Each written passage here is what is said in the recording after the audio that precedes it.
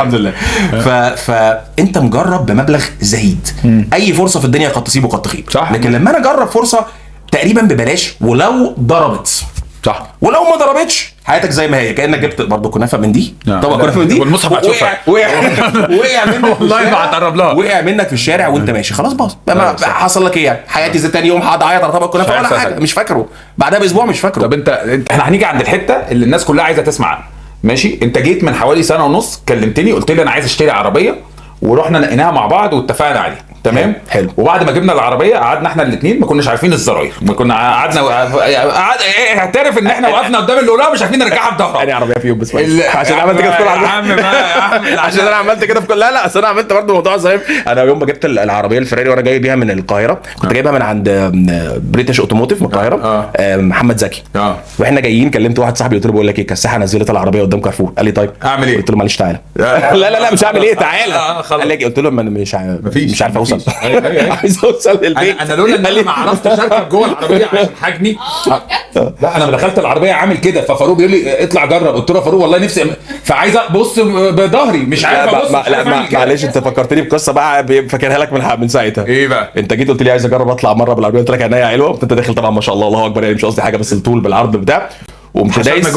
لا مش اتحشرنا، انت كنت هتلبس في الرصيف، انت قمت نطت نطه واقف قبل الرصيف ب 2 مليار طبعا. لا مش ده اللي حصل، لا والله انت قلت لي جرب الزرار دوت، كان في زرار كده مطلع نار، الراجل اصلا بتاع السايس افتكرنا ان احنا مجانين، لان انا جاي موتوسيكل وهو عارف اساسا ان انا بمشي بشبشب عند في القهوه، وفاروق اصلا داخل سلام عليكم وقاعد معايا وما شربش حاجه، مره واحده لقينا راكبين فيراري وقاعدين.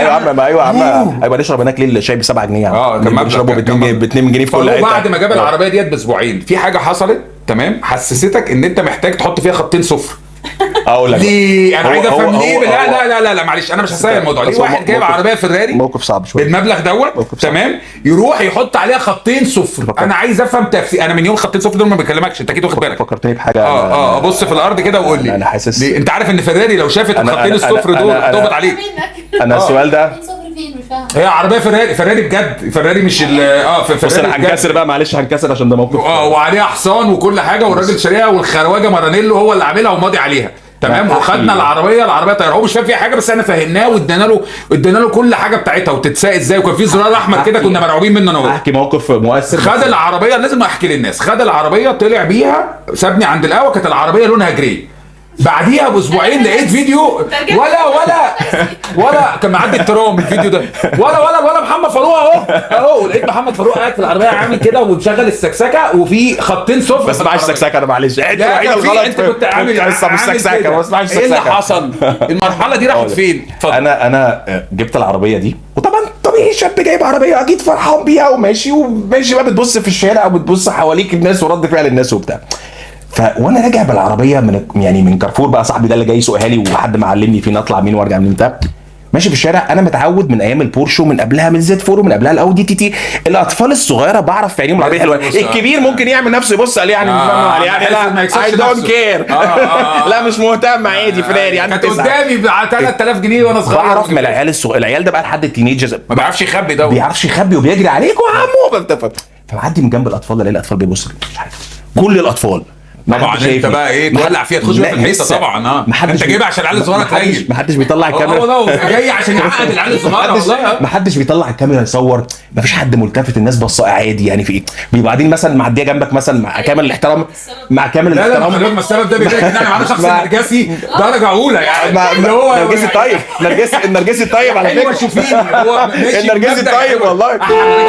انتوا مش بتبصوا لي يعني انا على الفاضي ما كنا جبنا 5 ابتدائي بورش فالعربيه مش موجوده. اركن في الباركينج لحد جاي بيلف ولا حد فين يا جماعه؟ العربيه واضح جدا ما جاتش يا جماعه. مثال للداون تو ايرث يعني طبعا لو بروفايل لحد بقى انا عمال ايه. طبعا انا دافع مبلغ قد كده وقاعد بقى لي 3 ايام بتفرج على الموضوع لحد بقى. بس انت دافع المبلغ ده كله عشان العيال الصغيره يعني. لا اسمع بقى ده يا ريت بقى ده انا هديك القضيه يعني. قول لي مثلا الموزز هديك القضيه لحد بقى ما راجع على الجراج في يوم من الايام بقى بعدها اعتقد بيومين او 3 دخلت الجراج والعربيه بورش جوه، فالعربيتين مركونين جنب بعض. بعد ما ركنت انا بقى ونازل من الجراج بقى وخلاص طالع بقى على رجلي معدي اب وابنه. فالراجل ماسك ابنه كده وفاهم، فالولد بص قال له ايه ده؟ وقام جري على الفراري. اول واحد يجري على العربيه الحمد لله. من يوم ما للاسف هو طفل مش قصدي حاجه، بس هو طفل طلع يجري. لا طلع يجري على العربيه، لقيت بقى ابوه ماسكه، تعالى انت بتعمل ايه؟ دي صيني. فالواد قام باصص قال له انت سايب دي، وقام مشاور له على البورش، سايب دي وراح لي دي طعن. قال بقى دي، قال دي بطريقه، قال دي بطريقه وعامل صباعه كده عشان هي جري العربيه. انا السكينه جت هنا، فاهم؟ فانا ساعتها قررت ان انا لازم اعمل حاجه. بس مش تحط عليها مسترك يعني، ما لا انا كنت قررت ادهنها برتقاني كلها. يعني ممكن خط برتقاني وخط اصفر يعني. خلي بالك هو الاسطوره بتقول ان الفيراري لازم حمراء، ان انت جايبها جري يعني انا حاسسها ان هي قلبه على 306. انا كنت شويه، انا كنت يعني هخليها اي حاجه، فاهم؟ هدهن كل الالوان اللي اعرفها. لحد ما واحد صاحبي بدون ذكر اسماء اسمه هيثم زلط، بقول اسمه في كل الفيديوهات تقريبا، بدون ذكر اسماء يعني عشان هو ما بيحبش يجيب. المهم يعني فقال لي بقول لك ايه، في مش عارف موديل بجد نزل من المصنع اسمه مش عارف تشاينيز اديشن مش عارف 5th انيفرساري. الشباب بقى بتاع العربيات بقى، العيال الصغيره ايوه الشباب بقى بتاعت العربيات بقى اللي هو فاهم بقى الحاجات اللي احنا مش فاهمينها، فاهم؟ دي تعديل منصوري احمد بهجوري. المهم قال كلام كتير كده، روح اعمل لها مش عارف ايه. فرحت معاه عملت الخط الاصفر. طلعت بقى خط ولا اتنين؟ هو خط واحد. اول ما طلعت من عند الراجل لا العيال الصغيره عوده كابتن زيزو، لا مش كرسي بعجل قال لك انا نجحت. لا شفت واحد بيلطم، شفت شاب بقى وابلط بيلطم. اول ما بدا يلطم انا نجحت. اول ما بدا يلطم بدات الناس تبص بعض، واللي يصوت وانا اسود، واللي يبص لصاحبه ويزقوا بعض، واللي يجي يقول لي دوسني، واللي يجي يقول. اول بقى ما قالوا لي ايه بيلطموا ليه؟ احساس بالفشل رهيب. لا على باب 20 مليون جنيه. لا ما تقولش بقى الارقام دي علوه فيها يعني على باب فيراري بكام؟ المهم يعني لا هو مش بيلطم حزين. هو في عندنا في مصر يعني بعض الناس بتعبر عن السعاده بالسويطه اللي هي تبان حزن بس هي مش حزن. هو بيصوت اندهاش زائد السعاده. عندنا الموضوع ده. فاكره انت لما انا كنت قاعد التورته عجبتني وقلت لها التورته دي 6 وما فهمتش يعني ايه 6. احنا بنعبر عن الحاجه بطريقه غريبه شويه. لا هو بيصوت بسعاده بجد يعني. هي في عندنا نوع كده يعني احيانا بعد رمى نفسه قدام العربيه قال له دوسني. لا هو في حاجات تانية اتقالت بس ما ينفعش اقولها عشان هيشيلوا لك الحلقه من على اليوتيوب. لا خلاص كفايه. يعني في كلام لو اتقال الحلقه هتتشال فعلا يعني. وانت راكن الثلاثه جنب بعض في الجراج؟ انا بطلع بالثلاثه كل يوم الصبح.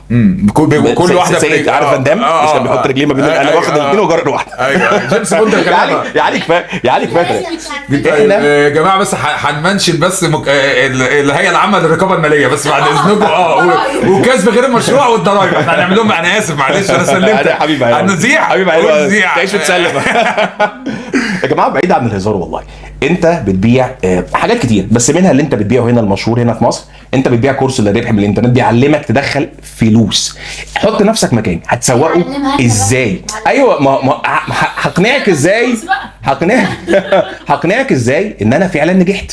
هقنعك ازاي؟ هو طبيعي جدا هو مطلع الميداليه اللي الناس تقعد يحجزوا. ده ماركتنج. انت عارف يا علي انا من 2010 اول كونفرتبل كنت راكبها في 2010 ولا 2012 مش فاكر كانت التيتي الاودي تيتي. لا عمري يا جماعه فاهم اخر انزل صوره كل سنه والشخصيه الطبيعيه بتاعتي.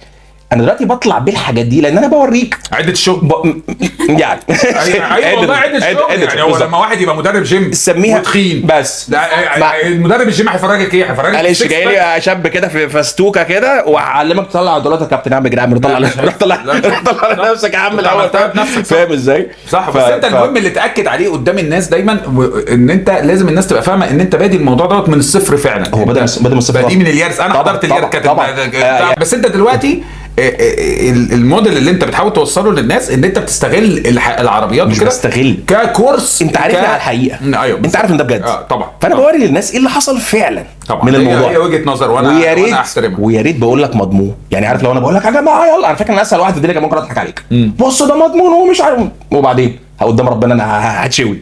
فاهم ازاي؟ فانا بس انت بمناسبه يعني ربنا احنا برضه عايزين نشيل الخط الاصفر دوت. وانا هبقى اجيب لك عيال صغيره تقعد تراقل على العربيه تمام. والله العظيم. لكن انا الخط الاصفر ده كل ما بشوفه بحس بطعنه فاهمني. لان العربيه الفيراري في روما لو يعرفوا ان هي اتعمل لها مستريك اصفر عند عمرو ديزاين هيسيبوا لنا. لا لسه عمرو جميل والله. لا عمرو جميل على شغله والله. ده في شوتس في شارع سوتر.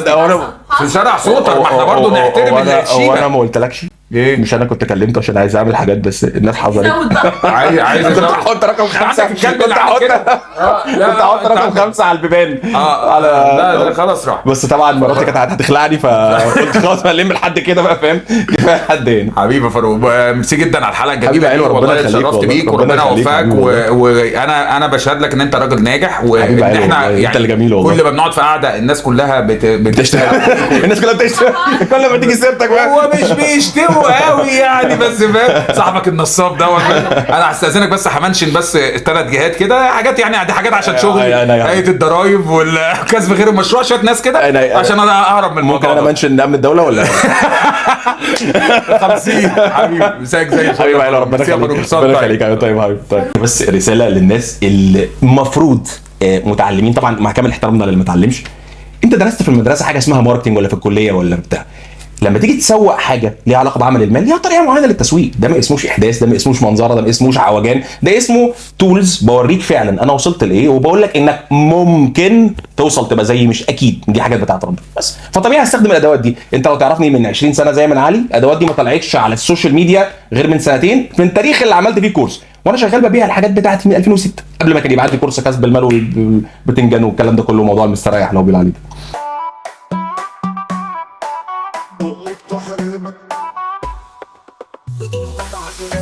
زمن صعب والناس قلوبها حزينة شاب مصري قاعد يحاول يلاقي طريقة